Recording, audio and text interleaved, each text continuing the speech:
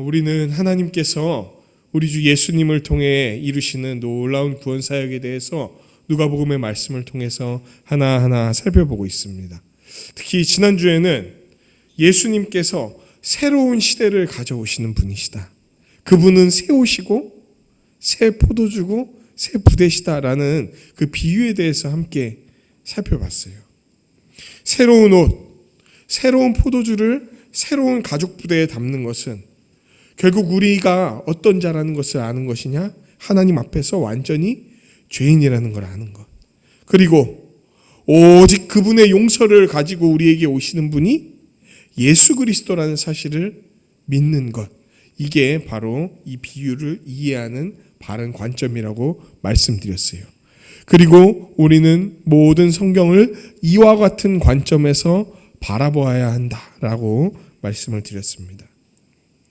자기의 공로나 어떤 자기의 애씀이 아니라 오직 예수님만이 하나님 나라를 가지고 오시고 그 나라의 복을 누리게 하시는 분이라는 사실을 믿어야 한다고 말씀드렸어요. 다른 길은 없어요. 우리가 의지해야 될 다른 대상이 없다는 거예요. 우리가 오직 바라보고 의지하고 붙들어야 될 이는 우리 주 예수 그리스도밖에 없다라는 것을 말씀드렸죠. 그리고 이런 예수님을 더 알아가는 것, 더 온전히 알아가는 것이 바로 새로운 시대에 새로운 백성이 취해야 될 자세다라는 것들을 이제 지난주에 말씀드렸습니다. 오늘 본문은요, 이런 예수님에 대한 이해 위에 서서 함께 오늘의 본문을 살펴보고자 합니다. 지난주 본문과 사실 굉장히 긴밀하게 연결되어 있어서 어떤 분들은 지난주 본문과 연결해서 이 본문을 하나로 이해하시기도 해요. 그러니까 아주 긴밀하게 연결되어 있다는 거죠.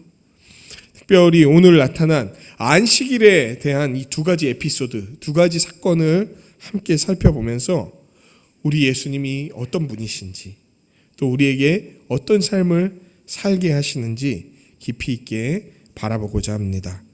말씀을 듣는 우리 한세사람교회 모든 성도님들에게 주님의 은혜가 풍성히 임하기를 간절히 소망합니다. 네. 우리 1절부터 이제 5절까지 보면은 이런 말씀이 나와요. 안식일에 예수님의 제자들이 어떤 행동을 했는데 그거를 보고 서기관과 바리새인들이 문제를 삼아요. 예수님하고 제자들은 안식일에 어디를 거니셨냐면 밀밭 사이를 이렇게 거니셨습니다. 근데 배고팠었나 봐요. 저도 주일에 아침을 안 먹으면 굉장히 배가 고프거든요. 그런데 예수님 제자들도 뭐 용가리 통뼈가 아니니까 배고프겠죠. 그래서 이렇게 가다가 배고팠나 봐요. 근데 밀밭 사이를 지나니까 손에 걸리는 게 뭡니까? 밀이죠. 그래서 이삭을 잘라갖고, 근데 그냥 못 먹죠. 아시죠? 밀 그냥 먹으면은 되게 거칠거칠해서 못 먹습니다. 그래서 어떻게 하냐면 비벼갖고 그 이제 알갱이가 나오게 해갖고 그걸 먹었다는 거예요. 사실 그 알갱이를 먹는 것도 굉장히 텁텁하거나 이렇게 불편하거나 그 맛이 있었을까요? 뭐 배고픈 맛있죠. 네. 하여튼 밀로 만든 모든 것은 다 맛있습니다, 여러분. 네. 그래서 막 이제 그들이 먹었다는 거예요. 그런데 그 옛날에 이런 노래 있지 않나요? 어디선가 누구에게 무슨 일이 생기며. 근데 이 제자들에게 무슨 일이 생기자 확 어떤 사람들이 나타납니다. 그들이 누구냐면 바리새인과 서기관들이었어요. 사람들이 나타났습니다. 그래서 뭐라고 얘기합니까? 지금 너네가 하는 일은 안식일에 행할 수 있는 일이 아니다, 이렇게 얘기를 하는 거예요. 와, 이 제자들의 행동을 어떻게 알았을까요? 이 사람들은 뭐 천리안 같은 게 있나요? 벌써 이렇게 했다는 거는요, 이 사람들이 예수님과 제자들의 그 그룹을 아주 면밀하게 관찰하고 있었다는 거예요. 좀 센 말로 얘기하자면 일종의 스토킹, 따라다니면서 지속적으로 이들을 감시하고 있었다는 거예요. 뭐 꼬투리 하나만 걸려라, 걸리면 어디선가 누군가 내가 나타난다, 이런 각오를 갖고 막 따라다녔던 것 같아요. 안식일에 밀밭 사이를 거닐던 제자들이 그 밀을 따갖고 이렇게 비벼서 먹은 게 왜 문제가 됐을까요? 사실 여러분 곡식 밭에서 이삭을 먹는 것 자체는 문제가 아니에요. 이거 제자들의 곡식도 아니지 않습니까? 놀랍게도 여러분 신명기에 이런 말씀이 있습니다. 신명기 23장 25절에 이런 말씀이 있어요. 내 이웃의 곡식밭에 들어갈 때에는 내가 손으로 그 이삭을 따도 되느니라. 그러나 내 이웃의 곡식밭에 낫을 대지는 말지니라. 이게 뭐냐면은 너무 배고프면은 정말 먹고 살기 위해 조금 자기의 허기를 채울 수 있다. 남의 거여도. 그렇게 하나님이 자기 재산 안에 남을 위한 것들을 두셨다라는 걸 보여주는 거예요. 근데 대놓고 그걸 강탈하려고 낫들고 들어가면 된다 안 된다. 그때부터 뭐가 됩니까? 도둑질 되는 거예요. 그래서 하나님이 이런 거를 이미 말씀해 주셨어요. 그러니까 제자들이 사실 그 남의 곡식을 따서 먹은 것 자체는 문제가 안 됩니다.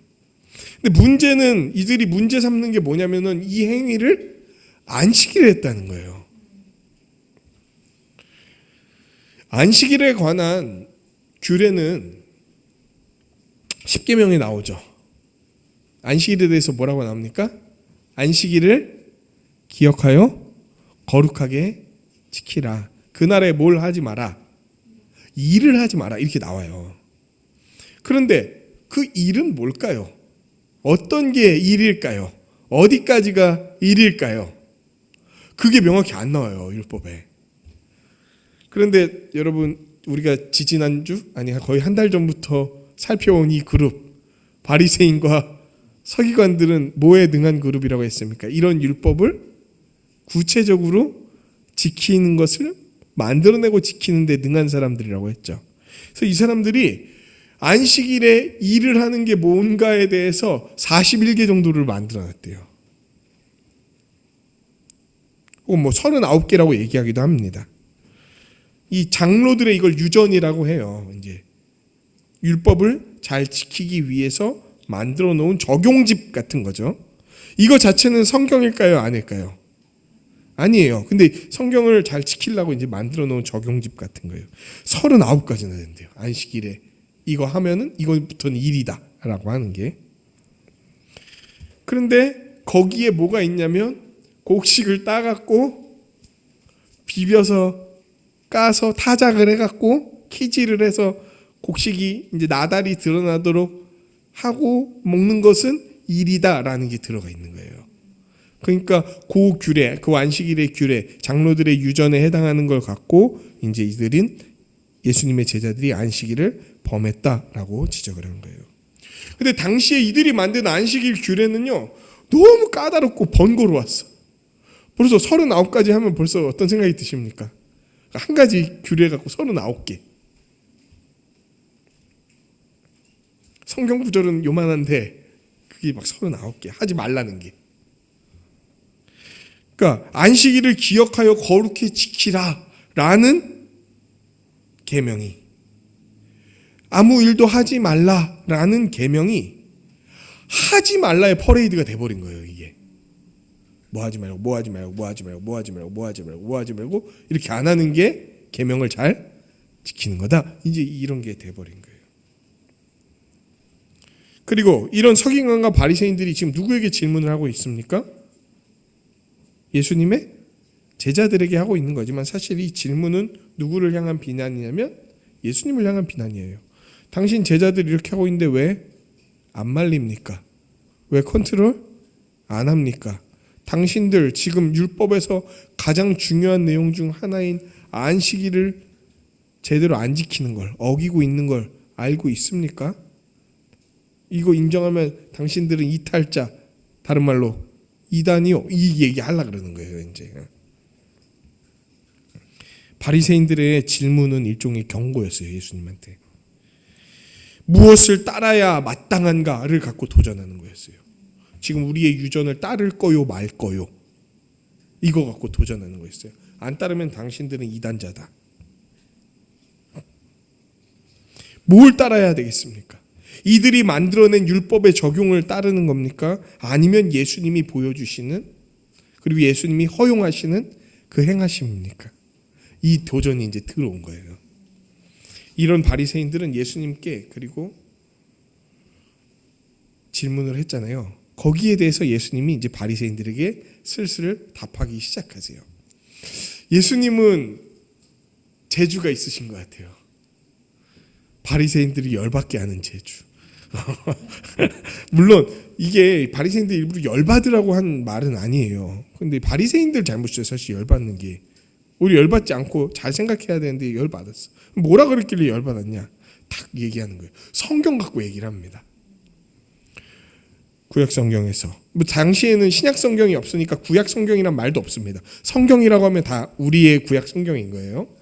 성경에서 다윗 왕, 그 이스라엘이 가장 위대하다고 추앙하고 따르고 그 시대가 가장 복되다고 생각했던 그 시대, 메시아를 가장 잘 뚜렷하게 드러냈던 그 모습이었던 다윗 왕이 자기하고 함께한 자들이 배고플 때 한 일에 대해서 너희들 성경에서 보지 못했냐?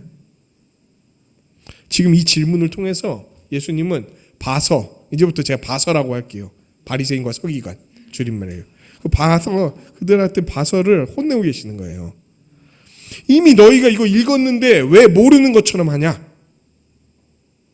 사무엘하, 우리 한번 말씀, 오랜만에 구약 성경 우리 한번 같이 찾아보시죠. 사무엘하 21장 1절에서 6절 말씀입니다. 사무엘하 21장 1절에서 6절 말씀. 자, 찾으셨나요? 네, 사무엘하 21장 1절에서 6절 말씀.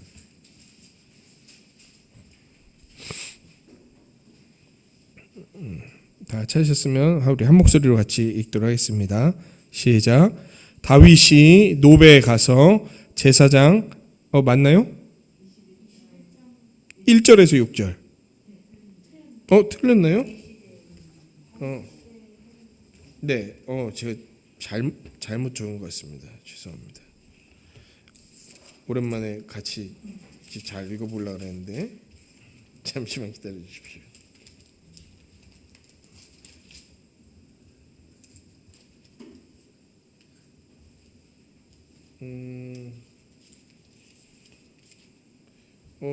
제가 완전히 다른 걸 좀 적어온 것 같습니다. 죄송합니다. 제가 그냥 읽어드리도록 하겠습니다. 함께 안 읽고 저만 읽겠습니다. 다윗이 그 자기를 따라다니던 사람들하고 이제 사울이 이제 왕이 다윗을 죽이려고 그랬거든요. 그거를 막 피해 다니고 있었을 때였습니다. 너무 배고팠을 때였어요. 먹을 게 없는, 다 떨어진. 그래서 이대로 가다가 죽을 수밖에 없는 그런 상황에서 이제 이 이야기가 펼쳐집니다.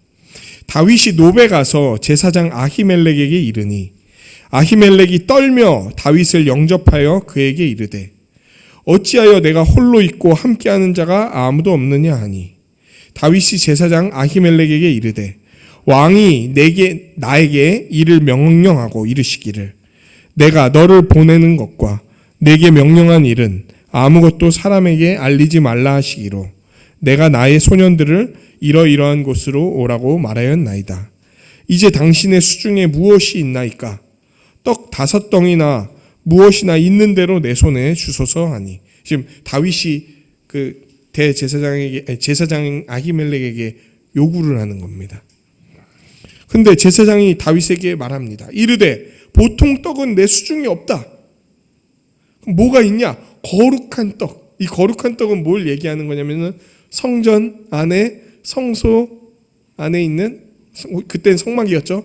성막 안에 있는 하나님께 드려지는 그리고 제사장만 먹을 수 있는 진설병을 얘기하는 거예요. 거룩한 떡은 있나니 그 소년들이 여자를 가까이만 하지 아니하였으면 그러니까 이전에 뭐 가까운 시일 내에 여성과 관계를 하지 않았다면 내가 주리라 하는지라. 다윗이 제사장에게 대답하여 이르되 우리가 참으로 3일 동안이나 여자를 가까이 하지 아니하였나이다. 내가 떠난 길이 보통 여행이라도 소년들의 그릇이 성결하겠거든 하물며 오늘 그들의 그릇이 성결하지 아니하겠나이까 하매 제사장이 그 거룩한 떡을 주었으니 거기는 진설병 곧 여호와 앞에 물려낸 떡밖에 없었음이라. 이 떡은 더운 떡을 드리는 날에 물려낸 것이더라. 이게 무슨 얘기냐면요. 지금 다윗이 배고픈 상황에 있었다가 말씀드렸잖아요.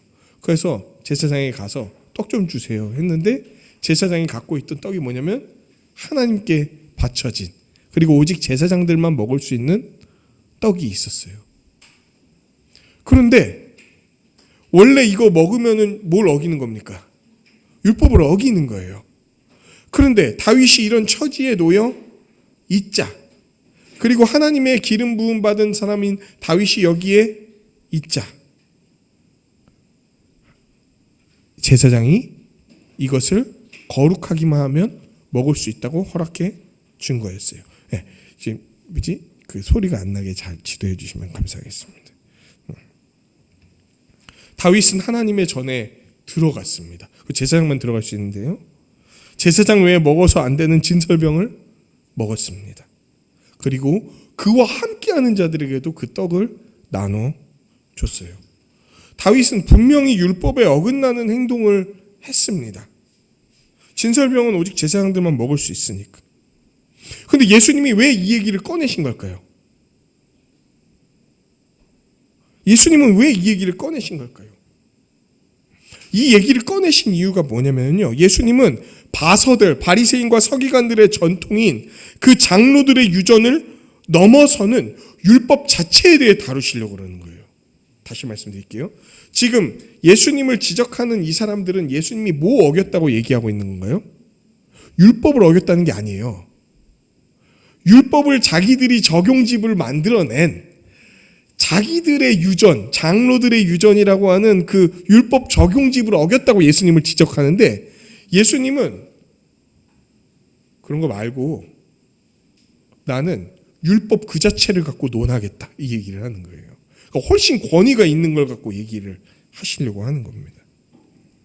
예수님이 이렇게 얘기하는 거예요. 지금 너희는 장로들의 유전을 갖고 내가 안식일을 제대로 지키냐 마냐 이러고 있는데, 나는 아예 율법 그 자체에 대한 해석을 너희에게 다시 하고자 한다. 그 엄청 중대한 도전을 던지고 계시는 거예요.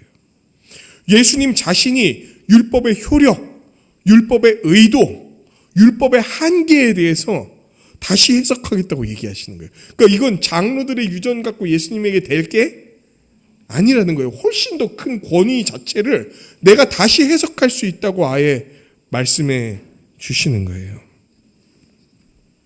만약 너희가 지닌 고작 장로들의 유전을 가지고 내 제자들을 비난한다면, 너희는 유대인들이 그토록 맞이하나 찬송하고 높이는 다윗과 그 일행에 대해 얘기하므로 너희의 비난이 곧 다윗에게 대한 비난으로 이어지게 얘기할 거다. 이 얘기를 지금 하고 계시는 거예요. 바리새인과 서기관들은 굉장히 곤란해졌습니다. 만약 예수님하고 그 예수님의 제자들을 비난한다면은 결국 그들은 누구를 비난해야 되는 거냐면 다윗하고 다윗의 일행이 율법을 어긴 죄를 범했다고 비난해야 되는 거예요. 근데 구약 성경에서는 이런 다윗의 행위를 전혀 문제 삼지 않거든요. 그러니까 바리새인과 서기관이 계속 예수님 붙들고 비난할 경우 성경을 넘어서는 권한을 자기가 가지고 있다고 얘기하는 꼴이 돼버리는 거예요. 뭐냐면 율법은 제사장들 외에는 진설병 먹을 수 없다고 얘기하는데, 어떤 그런 상황이 되니까 다윗과 같은 왕과 그 다윗과 같은 왕에게 속해 있는 자들이 그 율법에 나와 있는 것들을 더 중요한 것을 위해 어기는 걸 허락해 줬단 말이에요. 율법을 어기는 것도 허락해 줬는데 율법도 아닌 것 같고 지금 예수님한테 지키냐 마냐라고 얘기하는 게 얼마나 터무니없고 맹랑한 일인지를 예수님이 구약 성경을 통해서 말씀해 주세요. 그리고 뭐라고 얘기하십니까? 내가 안식일의 주인이다, 이 얘기를 하시는 거예요. 이 말을 이해하려면 사실 몇 가지 지점이 이해돼야 됩니다. 첫 번째, 먼저 안식일이 사람을 위해 주어졌다는 거예요. 여러분, 안식일을 위해 사람을 창조하신 게 아니에요. 사람을 위해 안식일을 주셨다는 거예요. 바리새인과 서기관은 마치 사람이 안식일을 위해 존재하는 것처럼 생각했어요. 그러니까 안식일의 구체적인 규례를 지키는 것 자체를 목적으로 생각했다는 거예요. 그러니까 너희가 39가지 안 지키면은 너희는 망한 자들이야. 이렇게 얘기하는 거예요. 사실 안식일 규례 자체가 뭡니까? 사람들이 안식을 잘 누리고 그걸 기대할 수 있도록 주어진 건데 그렇게 이해하지 않고 안식일 규례 똑바로 안 지켜? 똑바로 지켜야지만 돼. 그게 안식일 규례를 주신 목적이야. 지키라고 주신 거야. 이렇게 생각을 했다는 거예요. 마가복음 2장 27절은 이렇게 말씀합니다. 안식일이 사람을 위하여 있는 것이요 사람이 안식일을 위해 있는 것이 아니다. 그러니까 안식일이 하나님의 백성의 주인이 아닌 거예요. 하나님은 백성들에게 짐이 되게 하려고 그 39가지나 주셔서 막 이거 하지 마라 저거 하지 마라 하게 하시려고 안식일을 준 게 아니라는 거예요.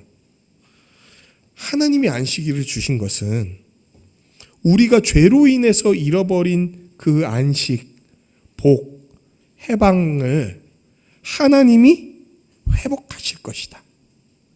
너희는 그 회복될 것을 굳게 믿고 기다려라. 이것을 위해 안식일을 주신 거예요.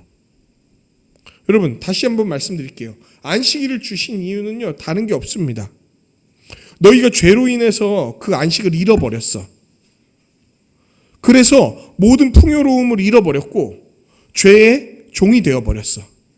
그런데 내가 너희에게 다시 안식을 돌려주겠다. 그 풍성함을, 그 온전한 쉼을 너희에게 돌려줄 것이고 너희가 죄에 사로잡혀서 종로로 타던 데서 풀어내서 해방하겠다. 이것을 당시에 일주일 내내 일하던 사람들이 하루를 일하지 않게 하는 방식을 통해서 너희에게 이와 같은 안식이 주어질 거라는 것을 보여주는 거였어요. 여러분 지금은 다 모든 나라가 일주일에 한 번 쉬죠. 일요일은 그냥 모든 나라가 다 쉬는 날이에요. 그런데 예수님 당시 혹은 이 모세의 율법이 주어질 지금부터 한 3,000 몇백 년 전 이럴 때는요 일주일에 쉬고 이런 게 없어요. 죽도록 일하는 겁니다. 끝없이 일하는 게 그들의 삶이었습니다. 근데 하나님이 7일 그리고 그 중에 하루를 쉬셨던 그리고 쭉 쉬셨던 그것을 기념하게 하고 보여주시는 완전히 새로운 길을 열어놓으셨다. 이걸 기억하는 게 안식일의 참 의미다라는 것을 알려주셨어요. 그러니까 안식일에 우리 스스로를 과도하게 억누르고 못살게 구는 자처럼 살지 말라 이거예요. 예수님은 이와 같은 이야기를 통해서 자신이 바로 다윗과 같은 대표자고 율법에 대한 적극적이고 새로운 해석의 길 위에 서 있는 권위 있는 대표자라는 것을 알려주세요. 다윗과 같이 하나님의 백성이 안식을 누리게 할 왕이자 하나님의 뜻을 이 바리새인과 서기관처럼 적용하고 해석하는 게 아니라 진짜 이 법에 들어있는 참된 의미를 제시하고 나타내고 지키게 할 자로서 이 땅에 왔다는 걸 보여주시는 거예요. 그러니까 안식일에 대해 이해하는 거, 안식일을 구체적으로 지키는 거, 이 모든 것에 대한 최종 권위가 누구에게 있다? 예수님에게 있다. 그럼 지금 이 사람들은 바리새인과 서기관들의 길을 따라가야 됩니까? 예수님이 보여주시는 길을 따라가야 됩니까? 예수님 보여주는 길을 따라가야 된다. 이거를 얘기하시는 거예요. 특별히 다음 사건을 통해 이거를 더욱 드러내세요.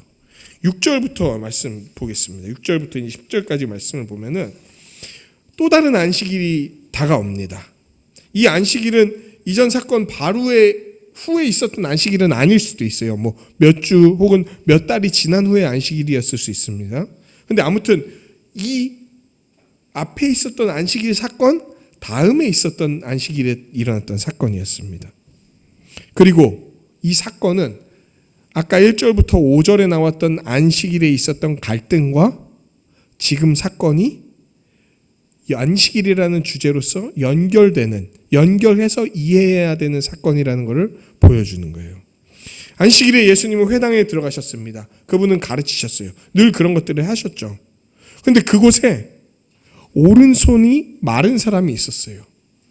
오른손이 말랐다는 건 뭘까요? 예수님 제 왼손은 통통한데 오른손은 말랐습니다. 뭐 이런 게 아니에요. 사실 살이 좀 내가 원하는데 찌고 안 원하는데 빠지고 이랬으면 좋겠는데 전혀 그런 게 아닙니다. 찌면 다 찌고요. 심지어 발가락까지도 찝니다. 빠지면 다 빠지는 거예요. 이거는 그 말랐다는 게 아니고요. 오그라들었다라는 걸 의미하는 겁니다. 그 오그라들어서 안 펴지는 사람 있잖아요. 이렇게. 이 사람의 손이 오그라들어 있었어요. 근데 막 생명에 지장을 주는 그런 심각한 상태는 아니었을 거예요. 그런데 또 이 예수님과 제자들을 끈질기게 따라다니는 그 무리들이 있었습니다. 바서들이에요. 바서들이 어떻게 하냐면 예수님을 고발할 증거를 찾고자 따라다니는 거예요. 특별히 안식일 갖고 또 고발하려고. 안식일에 일하는 것 같고. 특별히 예수님이 안식일에 뭘 하셨냐면 말씀 가르치고 나서 귀신 쫓고 병 낫게 하는 거 하셨잖아요.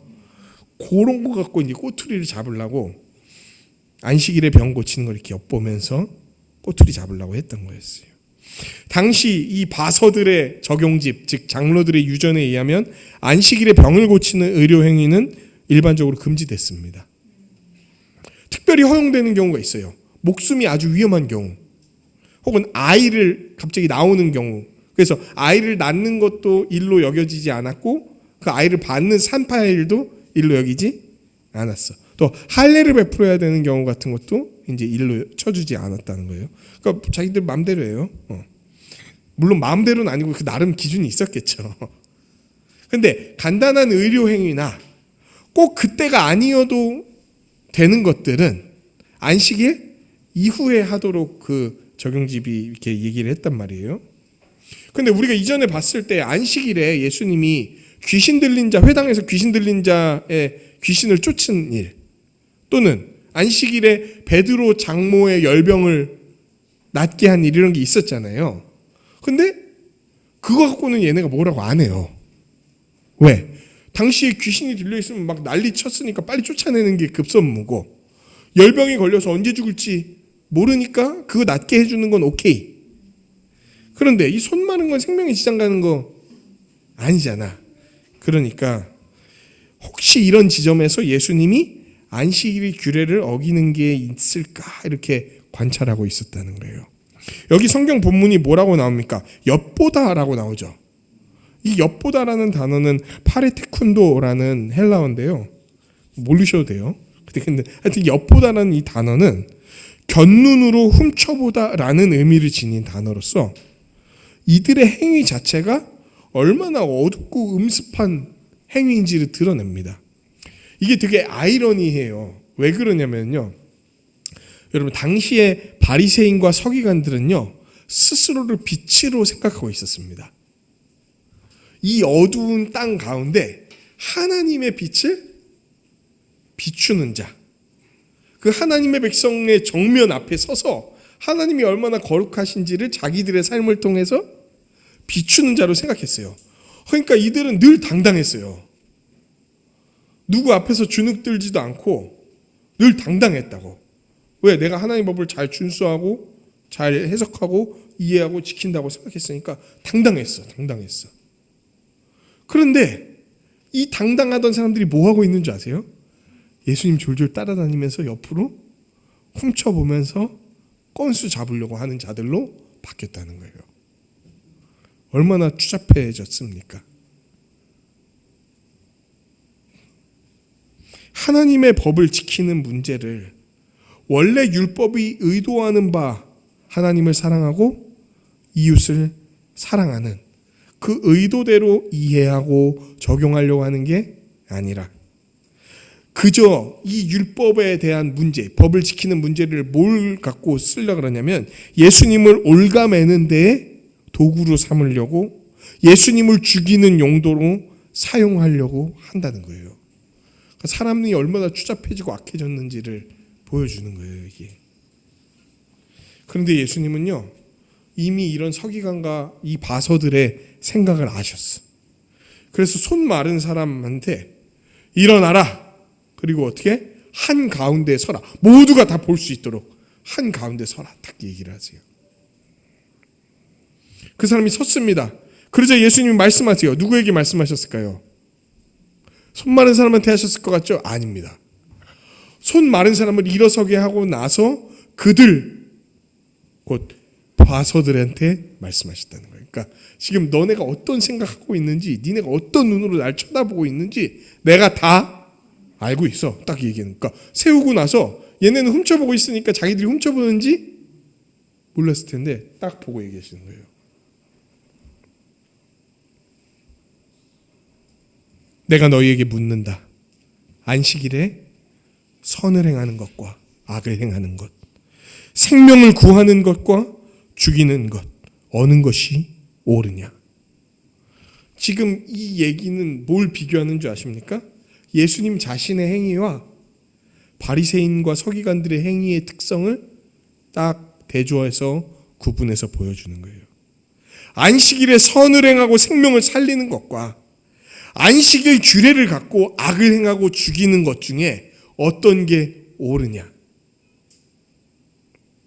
예수님 자신의 행위는요, 이 손 마른 사람이 오랫동안 고생하고 고통받는 것, 이런 점을 정상으로 회복시켜갖고 정상적으로 살게 하려고 하는 일종의 그 사람에게 있어서 무엇입니까? 구원이에요, 구원.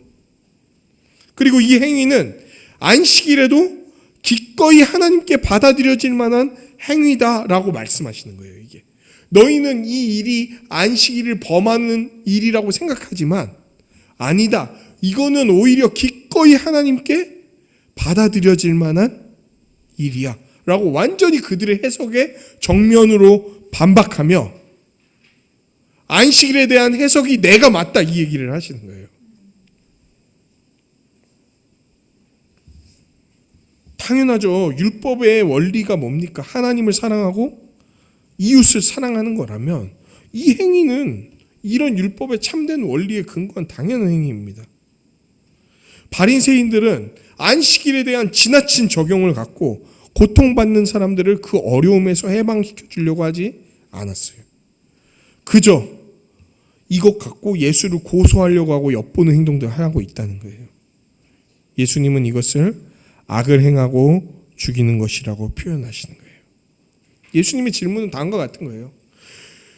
지금 선한 일을 할 수 있는데 왜 너희는 지금 이 사람을 낫게 해주는, 온전케 해주는 일을 너희 할 수 있으면서 왜 자꾸 미루고 있냐? 그것도 안식일 규례를 핑계 삼으면서 왜 낫게 해주는 일을 미루고 있고 오히려 낫게 해주는 일을 왜 회방하며 오히려 이 안식일 규례를 갖고 사람을 살리려고, 사람이 온전케 되는 것을 기대하는 이 안식일의 규례를 갖고 사람을 죽이려고 하냐? 그리고 무리를 둘러보신 다음에요, 그 손 마른 사람한테 내 손을 내밀라 이렇게 말씀하세요. 그 사람이 손을 내미자 어떻게 됐습니까? 손이 회복됐어. 단지 내 손을 내밀라라는 한마디 말을 하셨어요. 딱 한마디.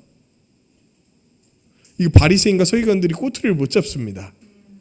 왜? 막 만지고 뭐 어떻게 하고 치료 행위를 해서 뭐 연고도 발라주고 뭐 호호 해주고 뭐 이러면은 이제 일을 했다 이렇게 잡을 수 있는데 내 손을 내밀라 이 한마디 말을 한 거야. 그러니까 이거 의료 행위 했다고 뭐라고 할 수도 없어. 근데 손이 나와버려. 도대체 참된 안식의 의미는 뭐냐? 이 안식일이 무엇을 위해 있는 거냐? 이 안식을 가져다 주는 분이 누구냐? 안식일을 바르게 해석해서 우리에게 들려주시는 분이 누구냐라는 사건을 이 한 사건으로 싹 정리해 버리시는 거예요. 안식일에 선을 행하는 것은 옳은 것이고 이 선한 치유가 이루어질 수 있는 능력이 예수님께 있는 거예요. 이게 뭘 보여주는지 아십니까? 안식일에 예수님이 말만 했는데 그게 나은 게 하나님이 바리새인이 아니고 예수님이 말씀하신 안식일의 의미가 맞다고 인정해서 보여주신 사건이었어요. 하나님이 예수님을 시인한다는 걸 보여주는 거예요. 하나님이 예수님을 통해 하나님의 능력과 하나님이 얼마나 사람들을 사랑하시고 온전케 하기를 원하는지를 보여주시는 사건이었어요.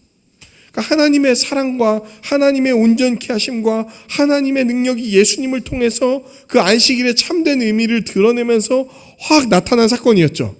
그러면 이 사건이 이렇게 나타났을 때 사람들은 어떻게 반응해야 됩니까? 할렐루야! 주님만 영광 받아 주십시오.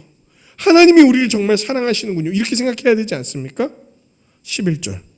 그들은 노기가 가득하여 예수를 어떻게 할까 하고 서로 의논하니라. 완전히 우리가 상상할 수 없는 일이 나타나기 시작한 거예요. 바서들은 노기가 가득했어요. 노기가 가득하다. 노기가 있다 이 말이 아니고 노기가 가득하다라는 표현은 이들이 얼마나 격분하고 분노했는지를 생생하게 보여주는 거예요. 그러니까 화가 그 안에 지금 가득 차 있는 거 있잖아요. 막 저거를 내가 진짜 어떻게 할까 막 이런 거 있잖아요. 막 악이 가득 찼을 때 하나님은 죄인이나 안식일 규정을 어기는 자들의 요청을 들으지 않으실 거야 라는 자신의 신념과 가르침이 빗나가자 노하게 되는 거예요. 자기의 신념이 빗나가자 노하게 됐어요. 자기들이 획책하던 바가 어그러지고 동시에 자기들의 악함이 드러나자 노하게 된 거예요. 그리고 의논합니다. 뭘? 예수를 어떻게 할까? 예수를 고소하고 싶었어. 그런데 예수가 노동에서 고쳤다고 하기에는 말 한마디만 띵얼렁한 거야.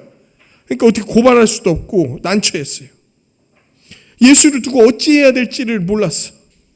자기가 어떤 일을 행해야 될지 분명하게 알지 못했다는 거예요. 그렇지만 한 가지 알았던 것, 확실히 알았던 건 뭡니까? 이 예수를 그냥 내버려 두면 안 되겠다. 반드시 조치를 취해야겠다. 자신들, 그리고 자신들의 조상이 평생 지켜온 장로들의 유전과 그 율법에 대한 자기들만의 이해를 완전히 산산조각 내버리는 이 예수의 도전을 이들은 그냥 무시하거나 넘어갈 수가 없었어. 그리고 본격적으로 이제 예수님과 그분의 가르침을 적대하게 됩니다. 오늘 말씀은 내용은 이런 거였어요. 적용. 예수님은 안식일과 안식일로 대표되는 율법의 주인이세요.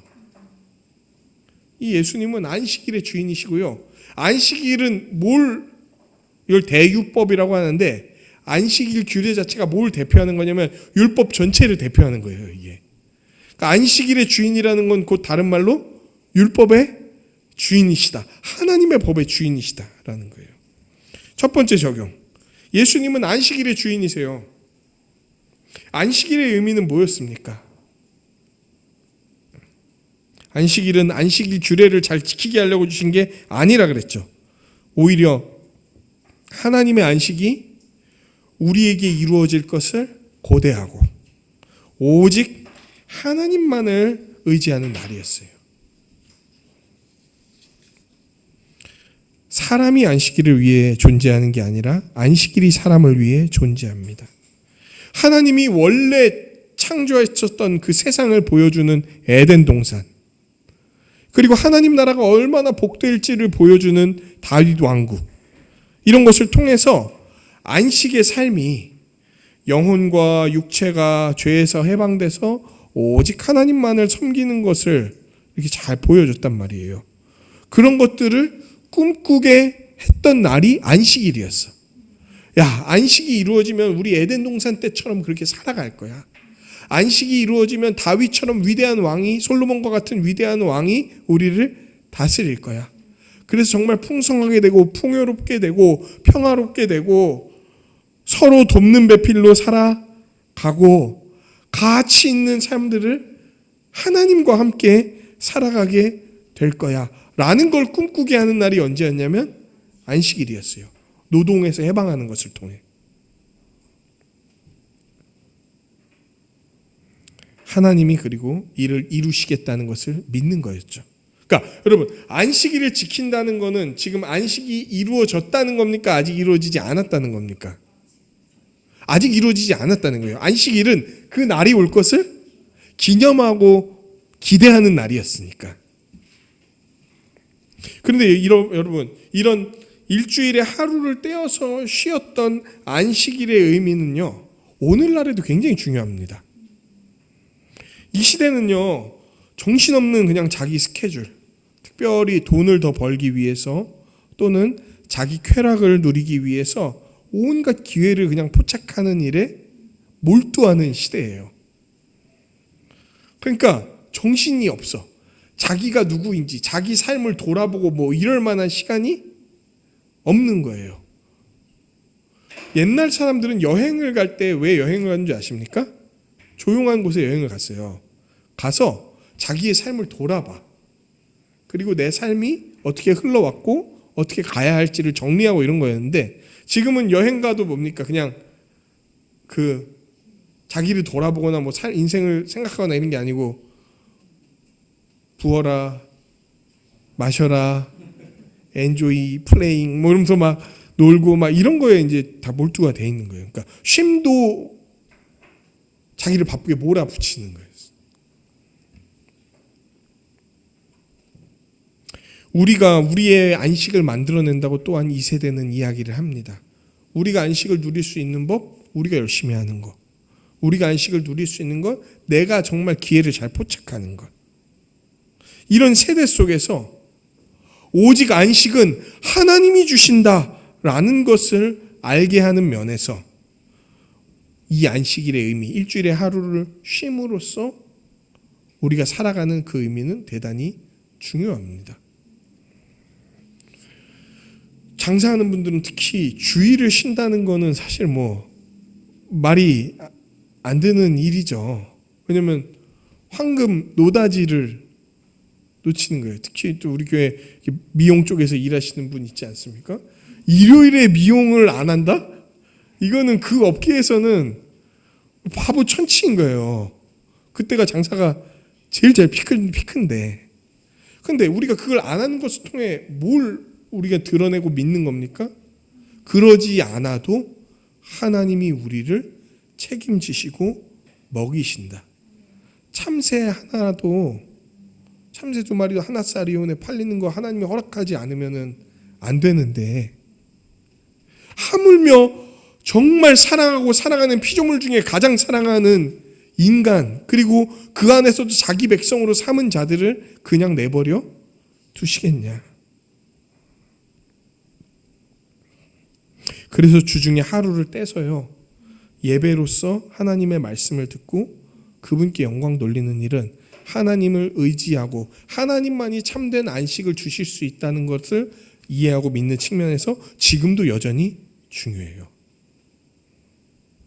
실제로 주일에 일 안 하면은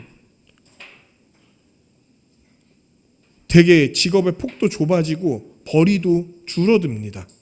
그래서 여러 불편함이 찾아옵니다. 그런데도 믿는 거예요. 하나님이 우리의 삶을 책임지실 것을. 그리고 동시에 이런 안식일의 의미가 안식일 규례를 통해서 이루어지는 게 아니라 예수님을 통해 주어지고 해석되는 것임을 분명히 알아야 되는 거예요. 그러니까 우리가 뭘 했기 때문에 안식이 주어지는 게 아니에요. 예배는요, 우리가 안식을 받게 하는 근거가 아니에요. 무슨 말이냐면, 예배했으니까 안식을 나에게 주시옵소서. 하나님, 제 예배했으니까 안식 주세요. 이럴 수 있는 게 아닌 거예요. 그저 예배는요, 하나님이 우리에게 안식을 주시는 통로예요. 안식의 근거는 우리의 예배의 행위가 아니고요, 안식을 주시는 하나님이신 거예요. 예배는 그냥 그거 받는 통로일 뿐인 거예요. 우리가 뭘 해서 안식을 누리는 게 아니라 하나님이 예수님을 통해 우리에게 안식을 주시기 때문에 우리는 안식을 누리는 거예요. 네, 예수님은 이런 하나님의 안식을 참되게 성취하시기 위해 이 땅에 오셨습니다. 예수님은요, 안식일의 의미를 버리신 게 아니에요. 안식일은 이제 필요 없다, 안식일은 다 쓸모없다, 이런 게 아니에요. 물론 지금 우리에게 안식일은 없어졌습니다, 여러분. 그렇지만 안식일의 의미 자체가 사라진 건 아니에요. 예수님이 오셔서도 그런 식으로 얘기하신 게 아니에요. 예수님이 뭘 폐하시거나 뭘 부정하신 건 줄 아십니까? 이 안식일을 율법주의적으로 적용하거나 확장하는 문제에 대해서 문제 제기를 한 거였어요. 안식일 규례가 영혼을 온전케 하는 치유자의 역할을 하는 게 아니라 영혼을 억누르는 억압자가 되게 하는 것에 대해서 지적하신 거예요. 그러면서 예수님은 안식일의 의미를 바르게 해석해서 그 참된 의미를 알려주세요. 참된 안식의 의미와 해석은 신약 성경에서 우리 예수님이 알려주시고 그 예수님의 제자들이 그 예수님의 가르침을 갖고 적용하는 내용들, 그 신약 성경 전체로 나타납니다. 거기에 우리의 안식이 다 들어있어요. 그냥 안식일 규례를 지키게 하려고 좁디 좁은 적용점을 갖게 하고 막 수도 없이 만들어내서 우리 괴롭히게 하는 게 안식일을 참으로 지키는 게 아니란 말이에요. 안식일은 우리가 복을 누리게 하려고 주신 겁니다. 고통을 가중시키기 위해 주신 게 아니라는 걸 예수님이 알려주세요. 그리고 이 예수님께서는 우리에게 주권적으로 이 안식을 회복해 주세요. 이분이 안식일의 주인이라 그랬잖아요. 그 안식일의 주인으로서 우리에게 안식을 가져다 주시는데 주권적, 오직 그분의 힘만으로 우리에게 안식을 가져다 주세요. 예수님은 엔샬롬, 제가 옛날에 엔샬롬이라는 표현을 썼었는데 엔은 반대, 노우 이런 표현이에요. 그러니까 엔샬롬은 뭡니까? 샬롬이 아니다. 즉 평안과 안식을 잃어버린 이런 뜻이 있는 거예요. 예수님은 엔샬롬의 상태에 놓여져 있는 우리에게 하나님의 안식을 가져다 주시는 거예요. 우리는 어떻게 하나님의 안식을 받습니까? 구약 백성이 그토록 기다리던 안식을 우리는 어떻게 다시 누리게 됩니까? 예수님 자신이 이 땅에 오시고 십자가에 달려서 우리의 모든 죄의 형벌을 다 대신 받으시고 하나도 남김없이 다 대신 받으시고 그분이 마땅히 누려야 할 모든 안식을 그분은 다 빼앗기고 그분이 함께 있었던 그 안식이 다 소멸되고 오히려 그분에게 모든 안식의 정반대가 되는 저주, 그것도 모든 사람이 받아야 될 모든 저주가 그분에게 다 주어지는 방식으로 우리에게 안식을 가져다 주시는 거예요. 그분이 안식을 이름으로 우리가 안식을 얻는 그 십자가의 방식으로 우리에게 안식을 가져다 주셨습니다. 그분이 다 빼앗겼기 때문에 안식의 단 한 조각도 누릴 수 없던 자가 그분이 다 빼앗긴 것 때문에 안식의 전부를 받게 되는 거예요. 예수님은 안식일의 주인이세요. 두 번째 적용. 예수님은 율법의 주인으로서요, 율법을 바르게 적용하는 법을 알려주세요. 여러분, 율법을 적용할 때에는 소극적이고 부정어로만 율법을 이해하고 좁게 적용해서는 안 됩니다. 이게 무슨 얘기냐? 율법의 핵심이 어디에 나와 있죠? 십계명에 나와 있죠. 이런 십계명을 보면은 문장이 다 어떻게 되어 있습니까? 4, 5계명 빼고는 다 그 끝이 어떻게 되어 있는지 아세요? 계명들의 끝이? 뭐 하지 말라요, 다. 나 외에는 다른 신을 섬기지 말라. 나의 형상을 다른 썩어져가는 것들로 만들어서 우상을 숭배하지 말라. 내 이름을 망령되이 일컫지 말라. 뭐 살인하지 말라, 간음하지 말라. 다 말라로 돼 있어요. 4, 5계명만 빼고는. 그럼 이거 왜 이렇게 돼 있습니까? 이거는 기본적으로 아담 이후에 타락한 우리에게 그 악한 행동을 억제하고 규제함으로써 다른 이들을 보호하고 온전하게 살아갈 수 있도록 돕기 위해서 이런 식으로 율법이 쓰여 있다는 거예요. 그런데 이런 계명들 자세하게 살펴보면 단순히 사람의 행동을 억제하는 의미만 있는 건 아니에요. 구약의 계명만을 보면, 자, 우리 이제 장난감 갖고 노는 거 그만합시다. 네. 다른 사람들이 시끄러우니까. 네. 네. 제 아들이 울고 있습니다. 네. 뭐 그럴 수 있죠. 비용 계산인 거예요. 악한 행동을 억제하는 것, 나쁜 행동을 하지 않는 것에 머무르게 하는 경우가 많았어요. 구약의 계명들은 뭐 하지 마라, 뭐 하지 마라 이런 것들을. 특히 그런 구약의 율법을 적용적으로 해석했던 장로들의 유전인 경우는 더 그랬겠죠. 더 뭐 하지 말라, 뭐 하지 말라 이런 걸로 간뜩 차 있었겠죠. 그런데 예수님으로 말미암아 율법의 해석과 적용이 완전히 달라집니다. 그분은 뭐 하지 말라에서 율법을 멈추지 않으세요. 그분은 어떻게 나아갑니까? 무엇을 하지 말라가 아니라 무엇을 하라는 데까지 나아가게 하시는 거예요. 살인하지 말라가 아니라 살리라. 도둑질하지 말라가 아니라 구제하라. 이런 걸로 다 율법을 바꿔놓으세요. 왜? 그분이야말로 안식일과 율법의 주인으로서 완전히 새로운 해석자로 새 포도주를 새 부대에 담으러 이 땅 가운데 오신 자니까. 더 나아가서 행동보다 더 우선되는 마음의 법을 지키게 만드시는 거예요. 율법을 지키는 것 자체가 목적이 아니라 율법에 담겨있는 의미를 드러내게 하는 게 목적이 되는 거예요, 이제는. 그리고 이런 율법의 의미를 생각하면서 적용하고 지킬 때 안식을 누릴 수 있게 되는 겁니다. 여러분, 이렇게 하나님이 요구하시는 삶 있잖아요. 율법을 통해서 나타나시는 하나님이 요구하시는 삶을 잘 적용해야겠죠. 근데 그때 중요한 점이 있습니다. 이 점 이제 진짜 잘 들으셔야 돼요. 여태까지도 잘 들으셔야 됐지만 잘 들으셔야 돼요. 이 율법을 적용하는 삶을요, 자기 자신이 아닌 다른 사람에게 우선적으로 적용하는 걸 멈춰야 됩니다. 바리새인들은요, 아까 어떻게 하고 있었습니까? 이 법을 자신들에게 적용하는 것, 그래서 빨리 저 사람 고치는 거에 관심을 두지 않고 예수와 제자들이 어기나 안 어기나 이거 보고 있었어요. 엿봤어. 왜 지키지 않냐고 따져 물었어. 근데 그들은 엿보거나 따져 묻기 전에 먼저 자신에 대해 돌아봤어야 됐어요. 예수 그리스도께서 들려주시는 그 놀라운 말씀들 옆에서 듣고 있었을 거 아니야. 그분이 보여주시는 위대한 사역들을 함께 보고 있었을 거 아니에요.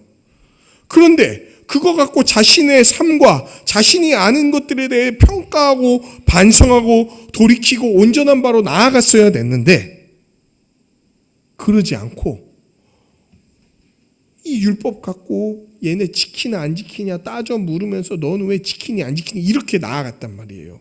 그러니까 이게 우리의 태도가 돼서는 안 되는 거예요. 이 하나님의 법을 적용하고 하나님의 뜻대로 살아가려고 할 때 가장 먼저 돌아봐야 될 대상은 너가 아니라 나라는 거예요. 나.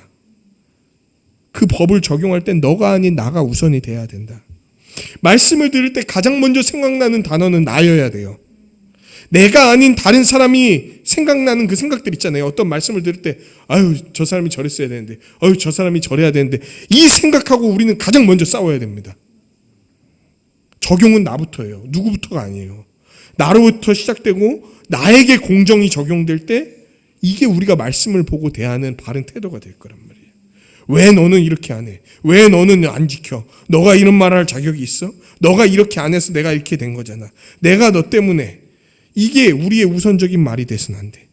그 누구도 예외 없이 나로부터 시작돼야 돼. 나에게 가장 높은 기준이 적용돼야 돼. 제가 옛날에 좋아했던 노래 중에 이런 가사가 있더라고요. 갑자기 설교 쓰는데 가사가 생각났어요. 전 노래를 좋아하나 봐요.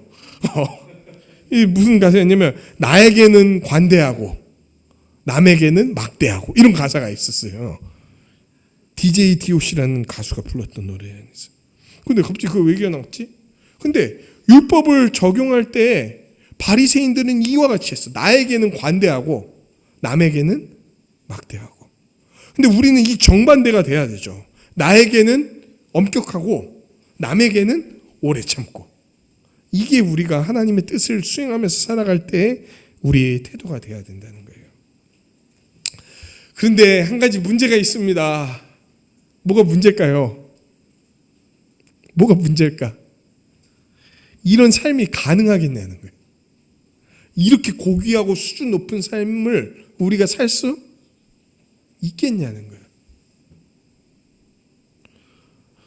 우리 타락한 인간의 기본적인 성향은 내로남불 아닙니까? 내가 하면 로맨스, 남이 하면 불륜. 이게 우리의 기본적인 성향 아닙니까? 이런 우리가 어떻게 예수님이 보여주신 이런 고급스러운 삶을 살아갈 수 있을까요?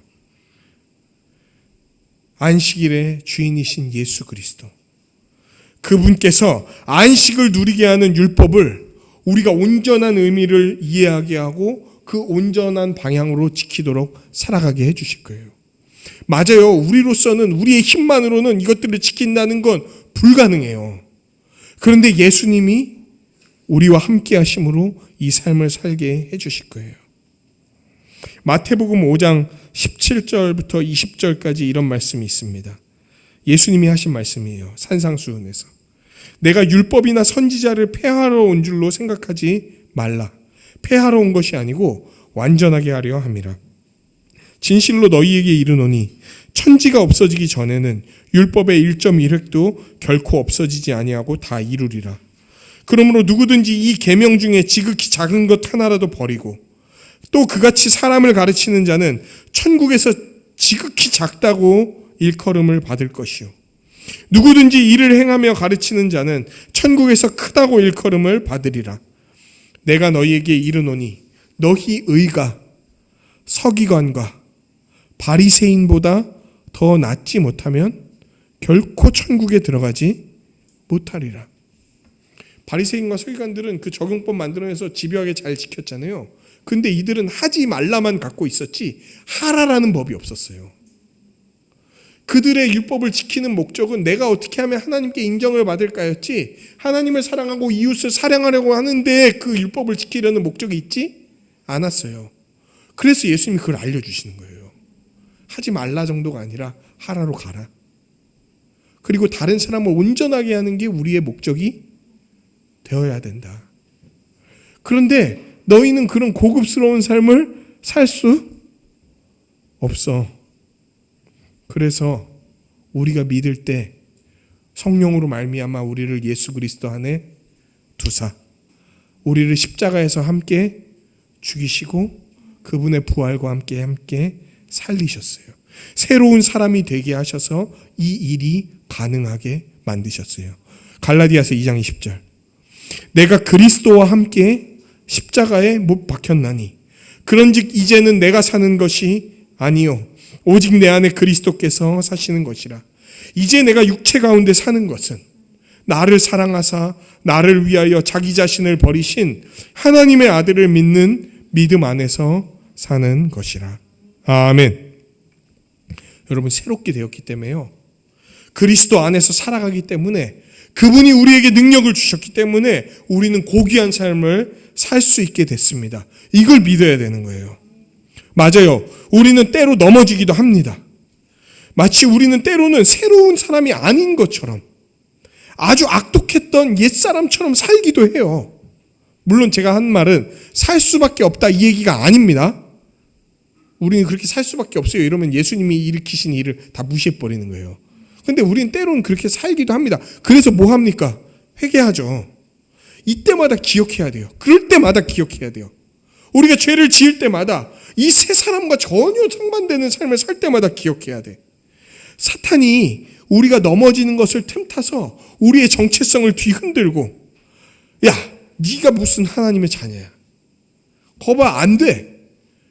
우리의 무능을 드러내려고 그러고 우리의 정체성을 막 흔들면서 야 어차피 너 이렇게 죄 지은 거 너 이게 무슨 하나님의 자녀야. 그냥 막 나가. 네가 하고 싶은 대로 해. 라고 뒤흔들 때마다 믿음으로 다시 예수님을 붙들고 우리를 새롭게 하신 그 진리를 붙들어야 되는 거예요. 예수 그리스도 안에서 새 것이 됐다라고 선포하며 나아가야 돼. 내가 죄를 지었을 때 엄청 자괴감이 옵니다. 막 내 마음대로 그냥 해버리고 싶은 마음들이 옵니다. 그때 다시 선포해야 돼요. 그리스도 안에서 새 것이 되었다. 고린도후서 5장 17절. 그런즉 누구든지 그리스도 안에 있으면 새로운 피조물이라. 이전 것은 지나갔으니 보라 새 것이 되었다. 새 것이 되었기 때문에 거룩한 삶을 살 수 있습니다. 새 것이 되었기 때문에 남이 아닌 나에게 먼저 적용할 수 있습니다. 새 것이 되었기 때문에 예수님을 따라서 율법을 더 온전하게 적용하면서 그 높은 경지의 삶을 살아갈 수 있어요. 새 것이 되었기 때문에 넘어져도 다시 일어날 수 있어요. 마지막 적용. 안식일의 주인이신 예수님은요, 자기 안에 있는 자들인 교회가 예수님을 바르게 이해함으로 서로 안식을 누리게 하셨어요. 예수님이 보여주시고 해석하시는 그 하나님에 대해서 혹시 뭘 이해가 뭡니까? 뭘 이해하냐 이런 게 아니고 이해가 없는, 이게 뭘 이해죠. 이 하나님과 예수님의 예수님과 그 예수님이 해석하시는 몰 이해는 예수님을 부인하고 그분을 대적하는 결과로 나타나요. 서기관들과 바리새인들의 문제가 바로 몰 이해였어요. 몰 이해. 하나님의 법에 대해서 제대로 알지 이해하지 못했고, 무엇보다 예수님이 안식을 가져오시는 참된 안식일의 주인이라는 사실을 이해하지 못했어. 예수님의 사역과 인격, 그분이 선포하고 보여주시는 복음에 대해 이해하지 못하면은 성경을 읽으면서도 하나님과 하나님이 보여주시는 그 하나님 나라와 삶에 대해 온전히 이해하지 못하게 돼요. 여러분, 예수님을 제대로 모르잖아요? 그러면 성경을 읽어도 혹은 예수님이 보여주시는 대로 성경을 해석하지 못하잖아요? 그럼 여러분 성경을 읽어도 완전히 예수님과 다른 길로 나아갈 수 있어요. 이 서기관과 바리새인들은 구약의 달인들이었어요. 구약 성경의 달인들. 그런데도 하나님이 원하시고 의도하시는 대로 나아가지 않았잖아요. 오히려 예수님에 대해서 바르게 이해하는 방식으로 성경 안 읽잖아요. 그럼 성경을 많이 읽어도 어떻게 되는 줄 아십니까? 점점 율법주의, 점점 공로주의로 나아가서 자기 중심적으로 생각하면서 성경을 이해하게 될 거예요. 하나님의 은혜를 완전 무시하고 자기의 공로를 드높이면서 뭐 쌓게 되는 줄 아십니까? 바벨탑을 쌓게 되는 거예요. 하나님 말씀 갖고. 자기들이 기존에 생각하던 것과 다르다는 그런 몰이에는 결국 노를 가득하게 하고 예수님을 해칠 국리를 낳았잖아요. 그러니까 예수님이 보여주시는 그 복음에 대해서 바르게 이해하지 못하잖아요. 그러면 자기의 삶을 해석할 때 분노하게 돼 있습니다. 인과율로 생각을 해요. 자기 삶을. 인과율이 뭡니까? 원인과 결과잖아요. 그러니까 자기가 공로를 쌓으면, 특히 다른 사람보다 내가 좀 더 어떻게 했다는 것을 알 때 하나님 그러면 이제 저한테 복을 주셔야죠.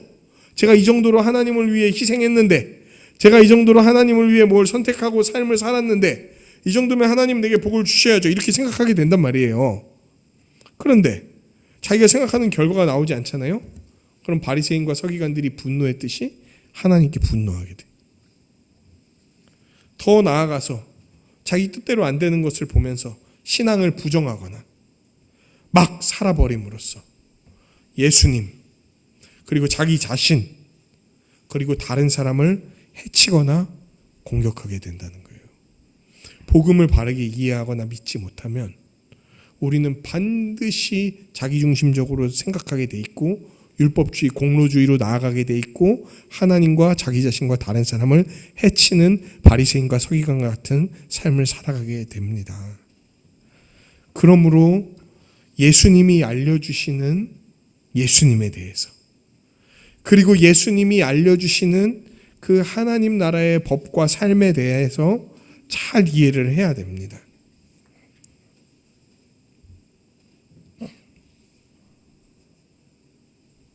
우리가 뭐 잘해서 예수님 받아주신 게 아니에요. 심지어 믿는 것, 믿어서 구원받는다 그러잖아요. 믿는 것조차 성경은 뭐라고 얘기하는 줄 아십니까? 에베소서 2장은 선물이라고 얘기를 합니다. 그러니까 나의 구원과 나의 복됨에는 어떤 것도 내 공로가 단 1도 없어요. 이 지난주 설교랑 연결되는 내용입니다. 단 하나도 내 공로가 없어요. 다 하나님과 예수님의 은혜입니다. 은혜. 우리를 아무 대가 없이 받으시고 그 기뻐하시는 은혜를 베풀어 주셨기 때문에 내가 신자가 된 거고요. 신자로서 살아갈 수 있는 거고요. 신자로서 하나님 나라의 복을 누릴 수 있게 되는 거예요. 그리고 더 나아가서 이런 우리의 삶이 기본적으로 다른 일을 위한 삶이라는 것을 알 수 있게 됩니다. 왜? 예수님이 가르쳐 주시는 그 하나님 나라의 삶을 보니까 우리가 이 삶을 살게 된 것은 예수님의 은혜고, 이 은혜를 받은 자들의 삶이 예수님의 삶을 통해서 나타나는데 그게 뭐냐면 다른 사람을 위한 삶인 거예요. 그러니까 법을 지킬 때, 하나님의 법을 지킬 때 내가 구원을 받으려고 혹은 내가 하나님께 좀 더 인정을 받으려고 법을 지키는 게 아니라 다른 사람을 더 복되게 만들려고 이 법을 지키게 된다는 거예요. 자기 중심으로 제발 삶을 이해하거나 꾸리지 말아 주십시오. 하나님은 우리를 그렇게 살도록 재창조하신 게 아니에요. 예수님이 보여주셨잖아요. 다른 이를 위해 살아가는 게 얼마나 귀하고 아름답고 풍성한 삶인지, 그 예수님 한 명의 죽음으로 말미암아 온 백성이 살아난 것처럼 그와 같이 죽는 삶을 통해 우리가 온전히 살아나게 될 것을 기대해야 됩니다. 약한 이가 있습니까? 심지어 여러분, 자기가 약한 사람이어도요, 자기가 지금 부족하거나 모자란 사람이어도요, 이렇게 생각하지 마세요. 나는 약하고 부족하니까 내가 우선이 돼야 돼. 그렇게 생각하지 마세요. 약한 사람들은요, 나 외에 약한 자를 찾으십시오. 그들을 예수 그리스도의 모든 것으로 섬김으로 하나님의 안식을 누리게 하십시오. 그게 우리의 태도예요. 약한 자들조차 나를 우선으로 생각하지 않는 나라, 약한 자들보조차 다른 약한 자들을 우선으로 생각하는 나라, 그 안에서 복을 누리게 하시는 나라가 하나님 나라인 거예요. 그리고 그 나라의 현실인 교회인 겁니다. 그리고 이런 안식일의 주인, 율법의 주인이신 예수님은 우리를 자기 안에 두셔서 형성하신 그 교회를 통해 서로가 참된 안식을 누릴 수 있도록 만들어 주셨어요. 여러분, 교회를 통해 선포되고 가르쳐지는 복음을 잘 듣고 기억하십시오. 복음이 선포될 때 뭐가 생깁니까? 말씀이 선포될 때 믿음이 생기고 믿음이 자라나게 될 거예요. 이 세상은요, 끊임없이 이 세상의 방식과 가치관을 우리에게 주입시키려고 합니다. 그때 뭐가 막아낼 건지 아세요? 복음이 막아낼 거예요. 복음이 이 세상의 방식을 막아내고 새로운 세상의 방식과 새로운 세상의 가치관을 우리에게 더해 줄 거예요. 복음은 우리의 정체성을 붙들도록 도와줍니다. 어떤 어려운 상황 속에서도 복음으로 말미암아 우리의 정체성은 흔들리지 않습니다. 그 복음이 우리에게 안식을 가져다 줄 거예요. 또 교회에 선포된 복음으로 서로를 위해 살아가십시오. 이거 무슨 말일까? 교회에 선포된 복음으로 서로를 위해 살라고? 예수님이 보여주신 것처럼 하나님의 말씀을 다른 사람을 정죄하거나 다른 사람이 나를 위해서 움직이게 할 도구로 여기지 마세요. 교회는 말씀이 자기의 말씀이 되도록 돕는 곳이지, 다른 사람을 사용해서 자기를 유익하게 하려고 그 말씀을 도구로 쓰지 않습니다. 하나님의 말씀으로 다른 사람을 돕고 섬기고 일으키고 함께 살아가십시오. 복음을 들을 때 우리는 다시금 우리의 교회, 약한 이를 위해서 우리가 어떻게 살아갈 수 있을지 생각하게 될 거예요. 또한 교회가 이 복음을 서로 나누면서 나아갈 때 더 많은 하나님 나라의 생각들로 서로를 온전하게 할 수 있을 거예요. 그래서 복음을 갖고 서로를 위해 살아가십시오. 그리고 교회 하는데 주시는 모든 은사와 환경을 통해서 서로를 위해 사용하여 안식을 누리게 하십시오. 하늘의 복을요, 자기 자신에게만 머무르지 않게 하세요. 이 복을 다 흘려야 됩니다. 다른 사람에게 흘려보낼 때 여러분은 이걸 알게 될 거예요. 왜 예수님을 마르지 않는 샘물이라고 했는지 알게 될 거예요. 계속해서 다른 사람에게 흘려보낼 때 오히려 멈추지가 않아. 더 풍성하고 더 다른 사람이 온전해져.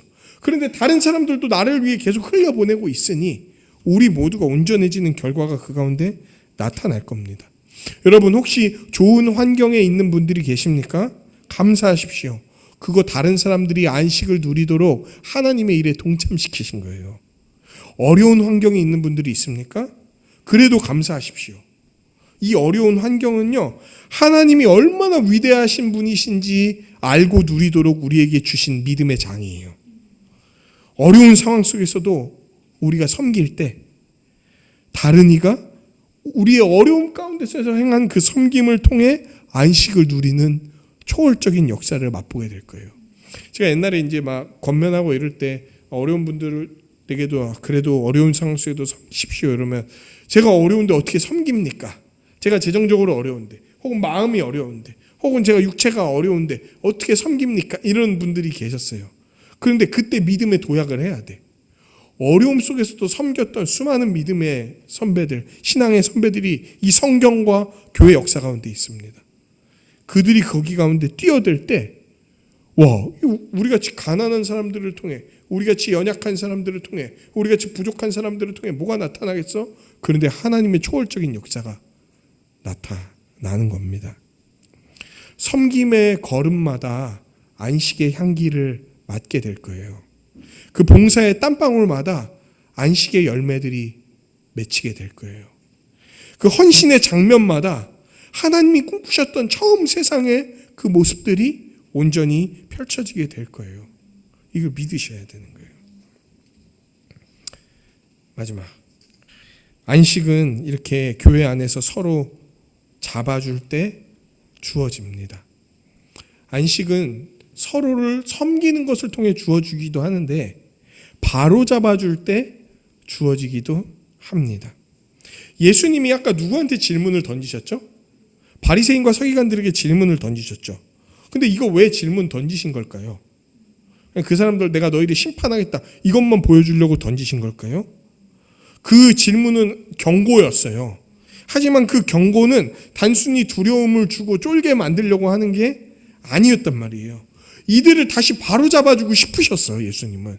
심지어 독사의 자식이라고 말할 때에도 아마 그런 마음이시지 않았을까 싶어요. 왜? 바로잡아주고서 다시 어디로 이들도 들어가게 하려고, 안식으로 들어가게 하려고. 그러므로 우리도 교회 안에서 헤매거나 혹은 악을 행하는 지체를 바로 잡아줘야 됩니다. 어떤 정당해 보이는 이유를 들어도 우리 삶에서 악은 허용될 수 없습니다. 다른 이를 해치거나 함부로 이야기하는 모든 것은 하나님께 부정됩니다. 당연하다고 여겨지는 건 단 하나도 없어요. 예수님은 이런 악으로 가는 혹은 어두움 가운데 헤매고 있는 우리의 지체를 붙들어 주시기를 원하세요. 우리가 그들을 붙들길 원하세요. 근데 여러분, 이거 붙들 때에 어려움이 있습니다. 바로 잡아주려고 하면 어려움이 있어요. 왜 그러냐면 첫 번째, 이 악을 행하는 사람이 일단 자기가 악을 행하는지를 모르는 경우들이 있어. 그래서 바로 잡아주려고 그러면 이제 막 화를 내거나 부정하거나 이런 경우들이 있습니다. 또는 악이 지적받을 때 그걸 내가 알더라도 수치스럽거나 부끄럽기 때문에 또 함부로 막 반응을 하기도 합니다. 그러니까 되게 이걸 바로 잡아주는 게 어려워요. 그런데 오늘 본문에서도 볼 수 있듯이 예수님도 이거 행했잖아요. 그 사람들이 결국은 그 얘기 듣고 어떻게 반응했습니까? 돌이켰나요? 예수님 죽이려고 했고 끝내 성공했어요. 그런데도 예수님은 바로 잡아주려고 그랬어요. 또 이를 당하기도 하셨어. 예수님은 우리가 이 일을 행하려고 할 때 우리의 마음을 가장 잘 아세요. 그분은 당하셨으니까. 그럼에도 사랑으로 오래 참음으로 바로 잡아주십시오. 예수님은 이것을 위해서 죽으셨어요. 그리고 우리를 살리셨어요. 사랑으로 오래 참고 온유함으로 바로 잡아줄 때 우리에게 안식이 옵니다.